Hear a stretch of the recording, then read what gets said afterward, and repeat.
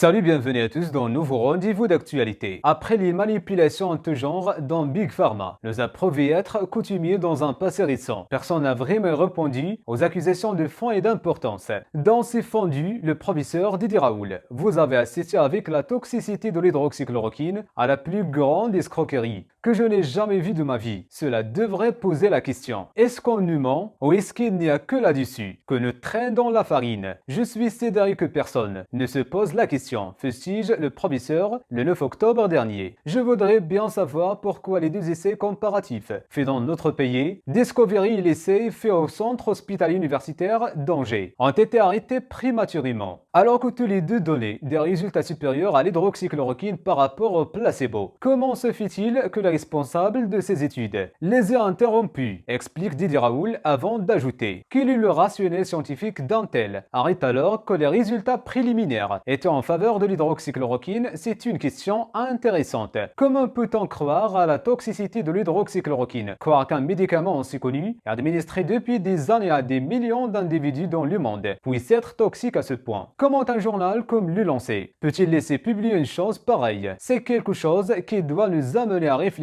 sur l'état de notre société. L'état de notre société que l'on peut berner à un point incroyable, qu'elle a déjà oublié. Et le professeur de confirmer qu'il avait un taux de mortalité bien inférieur pour ces patients traités à l'hydroxychloroquine, 25% contre 40% visiblement. Désormais, nos grands médias préfèrent parler d'autre chose. Le professeur marseillais explique avoir affaire à des études bidonnées qui affirmaient la toxicité de ce médicament que l'on administre à des millions de patients depuis 30 ans, alors qu'on Didier Raoul, résistant des résistants, explique que la plupart des molécules ont désormais été trouvées et que l'on n'avait plus d'intérêt à en développer de nouvelles, que cela ne sert à rien, que la durée de vie dans les pays développés n'augmente plus et que celle dans les pays pauvres sont rapprochées. Et la bande le professeur émérite, elle a beau cumuler bien des qualités, celle des docteurs qui soignent 4 fois moins de décès à Marseille qu'à Paris, être reconnu dans le monde entier comme un des plus grands chercheurs en épidémiologie, avoir fondé le premier laboratoire européen d'infectiologues, avec les subventions de l'État, difficile de faire mieux.